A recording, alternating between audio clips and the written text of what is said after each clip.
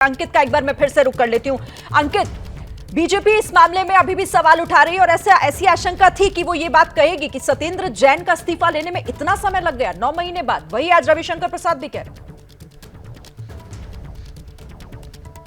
जी बिल्कुल, देखिए बीजेपी की तरफ से यही पूछा जा रहा है कि सत्येंद्र जैन ऐसा नहीं है कि अभी जेल गए हों। सत्येंद्र जैन पिछले 8-9 महीने से जेल में है। इसके अलावा अगर हम बात करते हैं मनीष सिसोदिया की, तो उनके ऊपर ये आरोप अभी नहीं लगे हैं, पिछले जो कई महीनों से लगे हुए थे।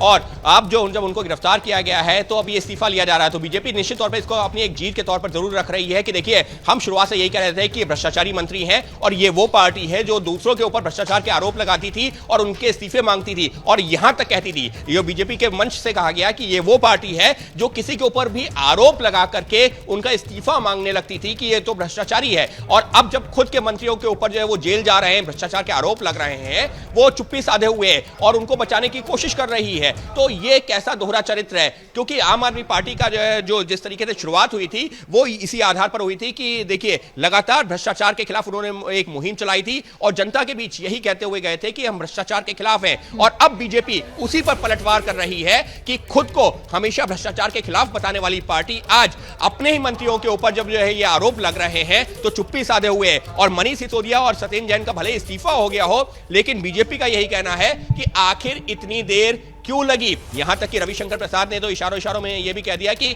दामन में बहुत दाग है। वो जो आपने बयान सुना वो अरविंद केजरीवाल के लिए कहा है कि दामन में तो बहुत दाग है और जब अभी ये इस्तीफा हुआ है और जब जांच बढ़ेगी तो जांच की आंच मुख्यमंत्री अरविंद केजरीवाल तक भी पहुंचेगी। तो निश्चित तौर पर बीजेपी हमलावर है इस पूरे मुद्दे पर और अब एक यहां पर जनता के बीच जाने की भी बात कर रही है।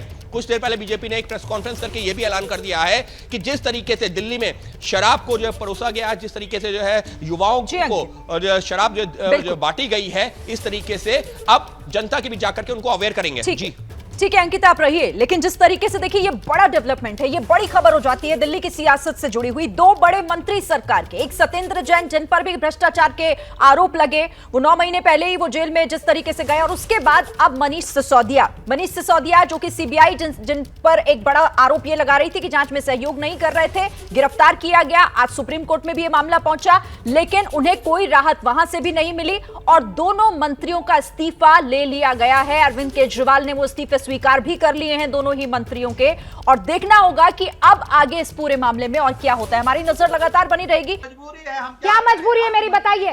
मैं अभी आपको बताती हूँ कि मैंने ओए होए होए होए नमकीन के चटकारे लेते हुए टकटकी मार के डिबेट शो को पॉज रिपीट कर करके देख रहे हैं जोगिंदर जी। इनकी तरह आप भी देखें अपनी फेवरेट डिबेट्स को रिपीट कर और डाउनलोड कीजिए एबीपी लाइव ऐप अपने स्मार्ट टीवी पर।